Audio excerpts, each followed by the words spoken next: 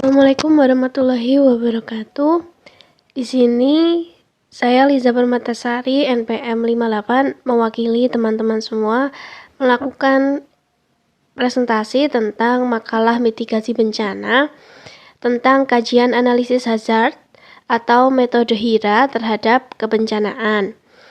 Disusun oleh ada yang pertama Ian Bahtiar, yang kedua Eko Satrio Wibowo, yang ketiga Fajar Jati Pribadi, yang keempat Liza Permatasari, yang kelima Ika Anisaul Muflihah, yang keenam ada Silvi Halida Mustafa. Masuk kepada bab pertama. Bab 1 di sini isinya pendahuluan untuk latar belakang dari disusunnya makalah ini adalah di mana Indonesia itu merupakan wilayah yang rawan terhadap bencana alam. Kenapa? Yaitu dikarenakan Indonesia terletak pada cincin api Pasifik dengan termasuk wilayah dengan banyak aktivitas tektonik atau tersebar banyak pegunungan atau gunung-gunung yang kebanyakan atau sebagian besar itu masih aktif. Nah, kemudian hal ini menjadikan Indonesia itu sering mengalami bencana alam seperti letusan gunung berapi, gempa bumi, tsunami, tanah longsor, dan juga banjir. Sedangkan menurut Undang-Undang Nomor 24 Tahun 2007 Pasal 1 Ayat 1 itu tentang penanggulangan bencana oleh Badan Nasional Penanggulangan Bencana atau BNPB, menjelaskan bahwa bencana adalah peristiwa atau rangkaian peristiwa yang mengancam dan mengganggu kehidupan dan penghidupan masyarakat yang disebabkan baik oleh faktor alam dan atau faktor non-alam maupun manusia, sehingga menimbulkan timbulnya korban jiwa, bisa manusia, bisa kerusakan lingkungan, bisa kerugian harta benda, dan juga dampak dari psikologis. Kemudian untuk kondisi iklim, Indonesia itu memiliki 2 iklim, yaitu termasuk iklim tropis yang menyebabkan terjadinya 2 musim, yaitu musim kemarau dan juga musim penghujan yang datangnya itu bergantian setiap 6 bulan sekali. Nah, jika kedua musim ini itu berlangsung kepanjangan, itu juga akan mengakibatkan terjadinya bencana. Kalau musim penghujan yang berkepanjangan itu akan menyebabkan banjir, tetapi sebaliknya jika musim kemarau berkepanjangan juga akan menyebabkan kekeringan. Kemudian untuk ada juga berbagai daerah di Indonesia dari ujung timur sampai ujung barat itu pernah mengalami bencana alam yang beragam, yaitu seperti gempa bumi dan tsunami di Aceh, letusan gunung berapi di Yogyakarta, banjir bandang di Manado, dan bencana alam lainnya yang menimbulkan banyak kerusakan dan kerugian material, serta menelan banyak korban jiwa. Oleh sebab itu, adanya kajian ini adalah dapat memperluas pengetahuan dan juga diharapkan berpengaruh terhadap kesiapsiagaan dalam menghadapi bencana di masa yang akan mendatang. Untuk rumusan masalah dari makalah ini, yang pertama yaitu apa itu bencana dan macam-macam bencana. Yang kedua, apa saja parameter pembentuk bencana. Yang ketiga, apa itu kajian atau identifikasi resiko bencana. Yang keempat, bagaimana cara mengkaji atau mengidentifikasi resiko bencana dengan metode HIRA. Untuk tujuan dari disusunnya makalah ini adalah untuk yang pertama mengetahui pengertian bencana dan macam-macam bencana. Yang kedua mengetahui apa saja parameter pembentuk bencana. Yang ketiga mengetahui apa itu kajian atau identifikasi resiko bencana. Yang keempat mengetahui cara mengkaji atau mengidentifikasi resiko bencana dengan metode HIRA. Masuk ke bab 2 yaitu pembahasan. Yang pertama ada bencana. Bencana itu merupakan peristiwa atau rangkaian peristiwa yang mengancam dan mengganggu kehidupan dan penghidupan masyarakat yang disebabkan baik oleh faktor alam maupun faktor non-alam ataupun juga manusia, sehingga nantinya akan menimbulkan jatuhnya korban jiwa, yaitu manusia, kerusakan lingkungan, kerugian harta benda, dan bisa juga dampak psikologis. Kemudian, bencana ini disebabkan oleh beberapa faktor. Di antaranya ada faktor alam, non-alam, dan juga manusia. Untuk faktor bencana, itu adalah bencana yang diakibatkan oleh peristiwa atau serangkaian peristiwa yang disebabkan oleh alam, antara lain berupa gempa bumi, tsunami, gunung meletus, banjir, kekeringan, angin topan, dan juga tanah longsor. Untuk bencana non-alam itu adalah bencana yang diakibatkan oleh peristiwa atau rangkaian peristiwa non-alam yang antara lain berupa gagal teknologi, gagal modernisasi, epidemi, dan juga wabah penyakit. Untuk bencana sosial itu bencana yang diakibatkan peristiwa atau serangkaian peristiwa yang diakibatkan oleh manusia, meliputi konflik sosial antar kelompok dan antar komunis masyarakat dan juga antar komunitas masyarakat dan juga teror. Untuk parameter resiko kebencanaan ini ada beberapa. Yang pertama yaitu bahaya atau hazard. Bahaya itu merupakan fenomena alam yang luar biasa yang berpotensi merusak atau mengancam kehidupan manusia, kehilangan harta benda, kehilangan mata pencaharian, kerusakan lingkungan. Kemudian ada kerentanan, di mana kerentanan ini adalah keadaan atau kondisi yang sering berlaku atau sifat atau perilaku manusia atau masyarakat yang menyebabkan ketidakmampuan menghadapi bahaya atau ancaman, sehingga masyarakat itu terpengaruh menjadi lemah dalam mempersiapkan diri menghadapi bencana. Kemudian yang ketiga ada kapasitas. Kapasitas ini adalah kemampuan sumber daya dalam menghadapi ancaman atau bahaya.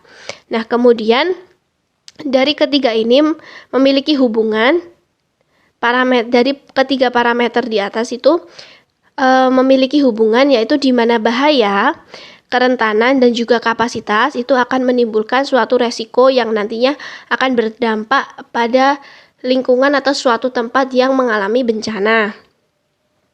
Kemudian untuk kajian atau identifikasi resiko bencana, di mana kajian atau identifikasi resiko bencana itu adalah mekanisme terpadu untuk memberikan gambaran menyeluruh terhadap resiko bencana suatu daerah dengan menganalisis tingkat bahaya, tingkat kerentanan, dan kapasitas daerah. Nah, dalam makalah ini itu mengambil kajian resiko bencana yang terjadi di Sulawesi Selatan. Nah, untuk pemerintah Provinsi Sulawesi Selatan melalui BPBD Provinsi Sulawesi Selatan itu telah menyusun kajian resiko bencana atau KRB Sulawesi Selatan untuk masa proyeksi tahun 2016 sampai 2020. Kemudian bencana-bencana yang berpotensi di Sulawesi Selatan itu, yang pertama ada banjir, yang kedua kekeringan, yang ketiga cuaca ekstrim, yang keempat tanah longsor, yang kelima gelombang ekstrim dan abrasi, keenam gempa bumi, ketujuh kegagalan teknologi, kedelapan epidemi dan wabah penyakit, kesembilan tsunami, 10 kebakaran hutan dan lahan, yang ke-11 itu banjir bandang. Kemudian untuk indikator utama yang perlu diketahui dalam pengkajian tingkat resiko bencana itu adalah ancaman bencana itu sendiri, kemudian penduduk di daerah tersebut itu terancam, kemudian kerugian yang ditimbulkan, kapasitas pemerintah maupun masyarakat dalam mengatasi bencana tersebut, dan juga kecenderungan kejadian bencana itu. Oleh karena itu, perlu dilakukan pengkajian yang mendalam terhadap resiko yang berkemungkinan timbul dari setiap jenis ancaman bencana yang pernah terjadi maupun berpotensi terjadi. Pengkajian resiko bencana ini dilakukan melalui metode HIRA atau Hazard Identification Risk Assessment, seperti pada tabel berikut. Berikut ini adalah tabel dari metode HIRA, di mana kecederaan dari suatu bencana itu dibagi menjadi beberapa kategori. Ada kematian, cedera kondisi serius atau berakibat cacat, cedera kondisi serius atau lost time incident, kemudian ada cedera perawatan medis atau kerja terbatas, kemudian ada cedera perawatan P3K.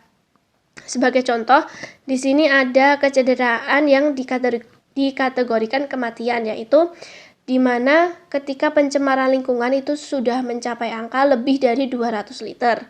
Kemudian kerusakan material itu lebih dari $10.000. Itu merupakan kecederaan yang dikategorikan kematian. Kemudian untuk cedera kondisi serius atau berakibat cacat itu di mana pencemaran lingkungannya itu 100 sampai 200 liter, di mana kerusakan materialnya itu 5.000 sampai 10.000 US dollar. Kemudian untuk hasil kajian identifikasi resiko bencana dari metode HIRA yang diperoleh itu adalah yang pertama itu pandemi COVID-19 atau coronavirus itu bahaya epidemik, yaitu kondisinya itu MR. Kemudian untuk penjelasan bahaya dan konsekuensi, yang pertama kurang cekatan dalam upaya penanggulangan di masa pandemi. Yang kedua, menyebarnya virus corona itu sangat cepat. Yang ketiga, cenderung tidak mematuhi protokol kesehatan dan pemerintah dan juga WHO. 4. Kurangnya kesiapan mental dan fisik dalam menghadapi wabah pandemi. Kemudian tindakan pengendaliannya itu yang pertama melakukan lockdown dan PPKM. Yang kedua, mematuhi prokes dan peraturan pemerintah dalam upaya menangani pandemi. Melakukan vaksinasi untuk menambah imun tubuh. Untuk resiko awal itu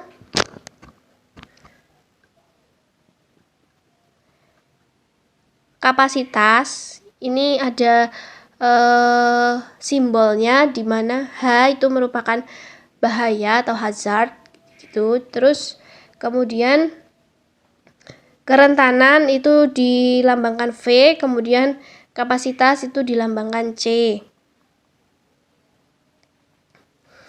Untuk resiko awal itu termasuk dengan E, di mana E itu merupakan kematian.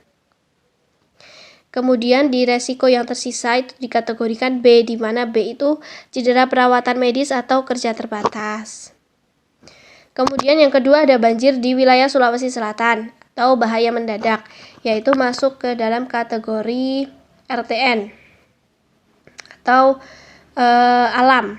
Untuk kondisi yang pandemi COVID-19 itu termasuk sosial. Kemudian penjelasan bahaya dan konsekuensi itu yang pertama, banyaknya pemukiman di bantaran aliran sungai. Yang kedua, banyaknya limbah sampah, plastik, dan rumah tangga yang menyumbat saluran air dan sungai. Yang ketiga, pemukiman sungai yang dangkal. Keempat, kurangnya daerah resapan air hujan. Kelima, pengendalian sistem drainase yang kurang baik. Untuk resiko awal itu masuk ke kategori D, yaitu kondisi cedera serius atau berakibat cacat. D. Kemudian untuk masa probabilitasnya itu di angka 5. Artinya 1 sampai 5 tahun. Kemudian masuk ke dalam H3.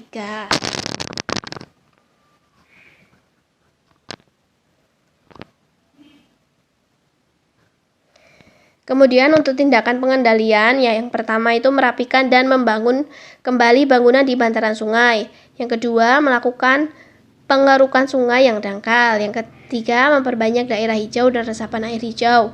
Yang keempat, memperbaiki sistem drainase pengendalian air. Untuk resiko tersisa itu masuk ke kategori A atau cedera perawatan dengan P3K. Kemudian ada gempa bumi di wilayah Sulawesi Selatan, termasuk ke dalam bahaya mendadak, di mana ini termasuk non alam, yaitu yang pertama termasuk wilayah yang sering terjadi pergeseran lempeng tektonik atau rawan gempa. Yang kedua, kurangnya perencanaan pembangunan bangunan tanah gempa. Yang ketiga, kondisi tanah yang tidak stabil. Yang keempat, tidak ada sosialisasi mitigasi bencana. Itu termasuk resiko awal itu termasuk ke kategori E atau kematian. Kemudian tindakan pengendaliannya itu membangun bangunan tahan gempa. Yang kedua, melakukan pengujian tanah dan gempa dan juga kelayakan pembangunan bangunan di atasnya.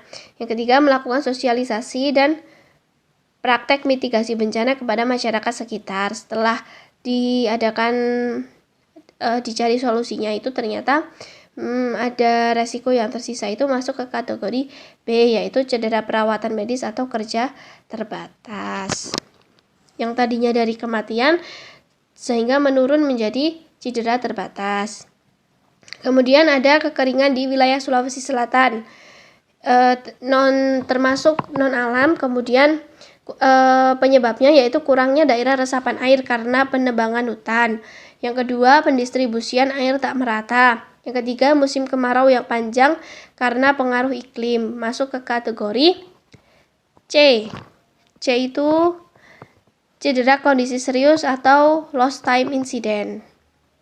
Kemudian dilakukan penanggulangan. Yang pertama, reboisasi. Yang kedua, penyediaan tampungan air.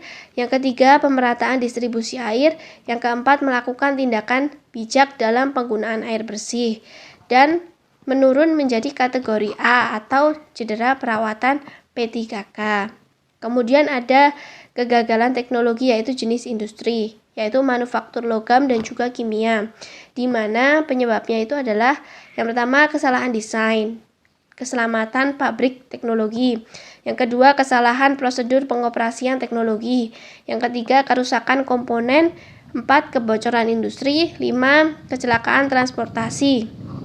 Masuk ke kategori D, yaitu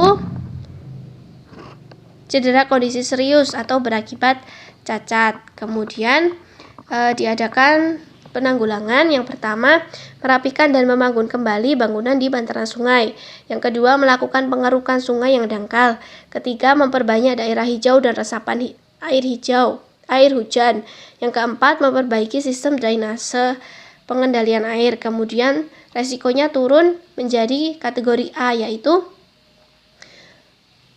cedera perawatan P3K. Untuk yang lainnya bisa lebih dicermati lagi di dalam makalah.